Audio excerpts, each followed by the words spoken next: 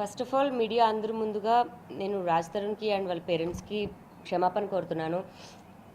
నా పైన ఆయన ఒక డ్రగ్ కేసు రాజ్ తరుణ్ చేయించాడు అనే ఒకే ఒక కారణంతో అండ్ ఇంటికి వచ్చేసరికి అతను ఇంట్లో లేకపోవడంతో నాకు దూరం అయిపోతున్నాడు అనే ఒకే ఒక్క భయంలో రాజ్ తరుణ్ పైన కేసు పెట్టాను. రాజ్ తరుణ్ దూరం చేసుకోవడానికి కాదు, రాజ్ తరుణ్ తప్పుడు వాడు అని కాదు, చెప్పుడు మాటలు విని అందులో మస్తాన్ గురించి అప్పటికి నిజాలు బయట పెట్టలేక సతమతం అవుతూ నలిగిపోయాను. నేను ఈ రోజున 2 సంవత్సరాల తర్వాత నేను మస్తాన్ సాయిది ఏంటి అని బయటికి చూపించి పెట్టగలిగాను. ఈ ప్రాసెస్లో నాకు సహాయం చేసిన మీడియా వాళ్ళందరికీ థ్యాంక్స్. అండ్ ఎవరైనా మనసు నొప్పించి ఉంటే క్షమించండి. ఇప్పటితో ఈ గొడవని, ఇష్యూస్ని అన్నీ వదిలేద్దాం అనుకుంటున్నాను. ఎటువంటి ఏది ఉన్నా సరే మస్తాన్ సాయి పైన ఉన్నటువంటి కేసులు నేను లీగల్గా ఫైట్ చేసుకుంటాను, కోర్టులో చూసుకుంటానండి.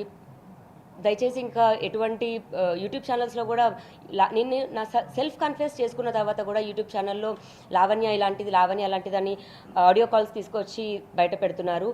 మస్తాన్ సాయి హార్డ్ డిస్క్ లేదా ఎవిడెన్సెస్ కలెక్ట్ చేసుకునే ప్రాసెస్లో నేను ఏదైనా చేసి ఉండొచ్చు, బట్ నా మెయిన్ కారణం మస్తాన్ సాయిది బస్ చేయడమే. అతను వీడియోస్ ఎందుకు చేస్తున్నాడు, ఆ వీడియోస్ చేయగల ప్రధాన కారణం ఏంటి, అవి ఎక్కడ అప్లోడ్ అవుతున్నాయి, రెడ్ ప్లే యాప్ ఏంటి, రెడ్ ప్లే యాప్లో అతను ఇలా ప్రైవేట్గా తీసిన వీడియోస్ అన్నీ అందులో ఎందుకు అప్లోడ్ చేస్తున్నాడు, మెయిన్ అది బయటికి రావాల్సింది పోయి మళ్ళీ తిరిగి ఇందులో లావణ్య చుట్టే తిరుగుతుంది. ఇదే నేను చేయాలనుకున్నది, ఇదే రాజ్ తరుణ్కి కూడా తెలుసు. బట్ ఈ ప్రాసెస్లో మేము చాలా కోల్పోయాం. రాజ్, ఐఎమ్ వెరీ సారీ చిన్నోడా. ఇక్కడే ఉంటే కాలు పట్టుకొని క్షమాపణ చెప్పాలని ఉంది.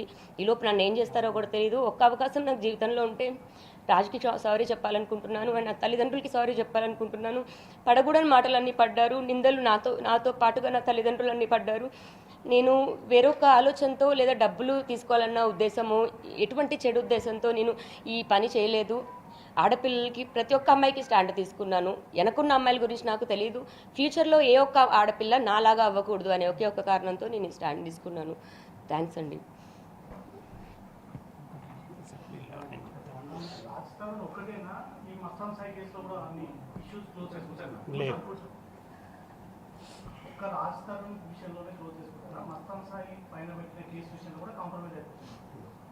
Mastan Sai case 376 last year 2023లో అయిందండి. నేను రాజ్ తరుణ్ది ఈ ఇయర్ పెట్టుకున్నాను కేవలం ఇంట్లో నుంచి అతను వెళ్ళిపోయాడని.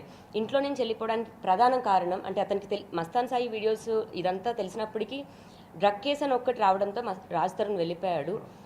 సో ఆ ఒక్క కేసుది మాత్రమే నాకు నిజం ఏంటని తెలిసింది, అది రాజ్ తరుణ్ కాదు అని తెలిసింది. రాజ్ తరుణ్ పైన తీసుకుంటున్నాను. మస్తాన్ సాయి పైన పెట్టిన కేసు తర్వాతే మా జీవితాలన్నీ ఇన్ని అయ్యాయి అండ్ ఇన్ని తప్పుడు కేసులు వచ్చాయి. ఇవన్నీ నేను కోర్టులోనే చూసుకుంటాను. చివరిగా కోర్టు ఏ శిక్ష విధిస్తే అది ఆఖరికి నాతో అయినా సరే నేను రెడీగా ఉన్నాను.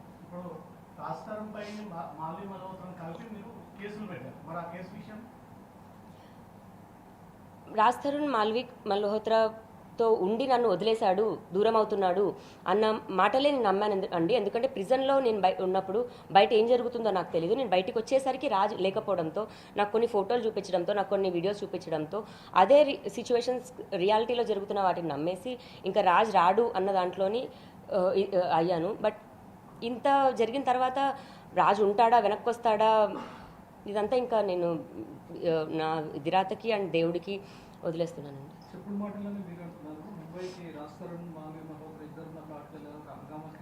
అవును అవును అవును అవును అవును అది ఖచ్చితంగా నేను కాన్షియస్గానే వెళ్ళాను, నా డెసిషన్తోనే వెళ్ళాను. ఎందుకంటే అందరూ చూశారు, అక్కడ మాల్వి మల్హోత్రా కూడా వచ్చి మేము just co actors, Lavanya allegations వేస్తుంది అని అన్నారు. నాకు ఎవరైనా సరే నాకు లైఫ్లో ఛాలెంజ్గా విసిరినప్పుడు నేను అది ప్రూవ్ చేసుకోవాలని అనుకుంటాను. ఎందుకంటే నేను అక్కడ అబద్ధాలు చెప్పలేదు, అలిగేషన్స్ వేయలేదు. ఒక రాజ్ తరుణ్ మాల్వి విషయంలోనే మరి నేను వెళ్ళి ప్రూవ్ చేసుకున్న దాన్ని మస్తాన్ విషయంలో ఎందుకు చేసుకోనండి? రాజ్ తరుణ్ నావాడు కాబట్టి, అండ్ రాజ్ తరుణ్ నుంచి నాకు హాని ఉండదండి. రాజ్ తరుణ్ క్రిమినల్ కాదు అండ్ క్రుయాలిటీ ఉండదు, ఎలాంటి వాడని నాకు తెలుసు. ఆ హక్కుతో నేను వెంటనే వెళ్ళిపోయాను. కానీ మస్తాన్ సాయి అలా కాదు, నా పైన 3 times అటాక్ చేశాడు. అతనేంటని, వాళ్ళ పేరెంట్స్ ఏంటని, ఎలా మ్యానిపులేషన్స్ చేస్తారు, అది డిపార్ట్మెంట్ దగ్గర నుంచి అయినా సరే ఎలా చేశారు అని నా కేసులో నేను చూశాను. కాబట్టి నాకు 2 సంవత్సరాలు పట్టింది. నేను అదే ధైర్యంతో వెళ్ళాను, హార్డ్ డిస్క్ తీసుకొచ్చాను. అతను హార్డ్ డిస్క్ కానివ్వండి, ప్రతి క్లౌడ్ అకౌంట్లో కానివ్వండి, ఆ అమ్మాయిలు ఏంటి, ఎంతమంది అమ్మాయిలు ఉన్నారు, ఏం వీడియోస్ తీస్తున్నాడు, ఎక్కడ అప్లోడ్ చేస్తున్నాడు అన్నది పోలీసు వారే తెలిపాలి.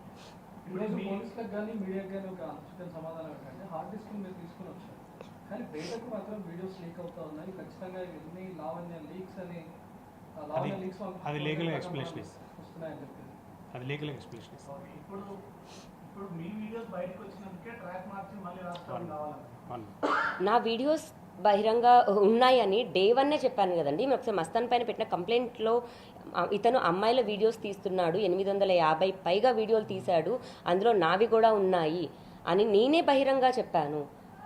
ఈ రోజున ఇప్పుడు అని కాదు. అండ్ నా వీడియోస్ రావడం ఈ రోజున వాళ్ళు వదులుతున్నారు. మరి నేను వదులుకుంటే మీరే చెప్పాలి, ఇంకా నీ వీడియోస్ నువ్వు ఎలా వదులుకుంటున్నావని. నేను ఎవరివి వదలలేదు. నేను కంప్లైంట్ నాకు తెలియదండి. ఇంకా నేను ఎవరితో మాట్లాడట్లేదు, ఫోన్ యూజ్ చేయట్లేదు. మీరు చాలా కేసెస్లో సన్ ఆఫ్ డాటర్ ఆఫ్ అని పెట్టారు. మొన్నిచ్చిన కంప్లైంట్లో మాత్రం వైఫ్ ఆఫ్ రాస్తారని ఉంది. మీరు నేను రాస్తారని పైన ఇచ్చిన కంప్లైంట్లో కూడా వైఫ్ ఆఫ్ రాస్తారని అని ఉంటుంది. మస్తాన్ సాయి యొక్క కంప్లైంట్లో మాత్రమే రాజ్ని మెన్షన్ చేయలేదు, ఎందుకంటే రాజ్ పర్సనల్గా కోరాడు నన్ను ఇన్వాల్వ్ చేయొద్దు అని. ఎప్పుడు అతను ఉన్నది యాక్టర్ దాంట్లోని అండ్ రిలేటే లేదు, రాజ్తో సంబంధం లేని ఒక కేసులోని. అండ్ మేము పెళ్లి లీగల్గా కూడా చేసుకోలేదు. రాజ్ని ఇన్వాల్వ్ చేయొద్దు అన్నప్పుడు రాజ్ని ఎలా పెట్టాలి అని ఒక్క కారణంతో రాజ్ని పెట్టలేదు. మీరు ఒక మాట అంటున్నారు, ఇంకా నేను ఉంటానో లేదో అంతలోపు రాస్తానికి క్షమాపణ చెప్పే అవకాశం కావాలి. మీకు ఆ స్థాయిలో థ్రెట్ ఉందా? ఖచ్చితంగా అండి. మస్తాన్ సాయి నా పైన చేసిన దాడులు అంటే అందరికీ కనిపించవచ్చు, నువ్వు మస్తాన్ సాయితో బాగానే మాట్లాడుతున్నావు కదా, వీడియో కాల్స్తో కూడా బాగానే మాట్లాడుతున్నావు కదా అని. నా పైన ఎంతైతే దాడి జరిగిందో అది నా ఒక్కదానికే తెలుసు. నేను హాస్పిటల్కి వెళ్ళాను, అన్ని వాటిల్లో ఎమ్మెల్సీ కూడా చేయించుకున్నాను. నా ఒంటిపైన దెబ్బలు ఇప్పటికీ క్రూరంగానే ఉన్నాయి. అండ్ అవి కోపంతో కొట్టే దెబ్బలు కాదు, ఒక మనిషిని హతమార్చాలని చేసిన దెబ్బలే. అంటే డబ్బులు అందరికీ ఉంటాయి, ఆ డబ్బులు ఎవరి వాళ్ళ లగ్జరీ లైఫ్నో లేకపోతే వాళ్ళు బెటర్ లైఫ్ని లీడ్ చేయడానికి యూజ్ చేసుకుంటే బాగుంటుంది. అవతల అంతం చేయడానికి లేకపోతే అవతల కరెక్ట్ మాట్లాడితే తప్పు అని నన్ను చంపేస్తారు అన్నదానికి యూజ్ చేస్తున్నారు. అండ్ చంపేస్తారండి నాకు తెలుసు. అన్ని ఊహాగానాలే నచ్చాయి. మస్తాన్ సాయి అనే వ్యక్తి అమ్మాయిలను ఎలా ట్రాప్ చేస్తారు? మీరు ఆ ట్రాపింగ్ అనేది ఎలా గుర్తించారు? నేను అదే అండి, నేను ఒక 18-20 ఏళ్ళ వయసు ఉన్న అమ్మాయిని అంటే నేను గుర్తించలేకపోయేదాన్ని. అదే వాళ్ళ ట్రాప్లో లాంగ్ రన్ నడిచేదాన్ని. ఆస్ట్రేలియాలో ఉన్న ఒక అమ్మాయి, ఇప్పుడు ఆమె వయసు 26, నా పైన కంప్లైంట్ పెట్టింది కాబట్టి నేను పేరు కూడా చెప్పదలుచుకోలేదు. ఇప్పుడు అమ్మాయి వయసు 26, కానీ 7 సంవత్సరాలుగా అమ్మాయి అదే ట్రాప్లో అదే లూప్లో ఉంది. ఎందుకంటే ఆమె వయసు అప్పుడు 18 కాబట్టి. ఇప్పుడు అడిక్షన్ అంటే అదే కదండి, మనం అలవాటు పడిపోతాము దాంట్లోంచి అందులో ఉన్నామని కూడా మనకు తెలియదే అడిక్షన్. నాకు 32 years వచ్చేసరికి నా బ్రెయిన్కి నాకు అది అర్థమవుతుంది, దిస్ ఈజ్ నాట్ రైట్, ఇదని ఏం జరుగుతుందని. నేను సెల్ఫ్గా ఇన్వెస్టిగేట్ చేసుకున్నానండి. మీరు అనొచ్చి పోలీసులకు చెప్పొచ్చు అని నేను 1.5 year బ్యాకే పోలీస్ స్టేషన్కి చెప్పాను. బట్ ఇది తెలంగాణ, అది గుంటూరు. గుంటూరులో నేను కేసు పెట్టినప్పుడు 20 మంది అటాక్కి వచ్చారు, నువ్వు గుంటూరు ఎలా దాడతావు అని. నేను కేసుకి కానీ వాయిదాకి కానీ ఎలా వెళ్ళగలను నాకు ఇంత ప్రాణహాని ఉన్నప్పుడు? నేనే సెల్ఫ్గా ఇన్వెస్టిగేట్ చేశాను. ఇతను చేస్తున్న ప్రతి క్రైమ్ యాప్స్తో సహా ఇన్ డీటెయిల్డ్ పెట్టాను. ఇప్పుడు ఇవన్నీ డిజిటల్.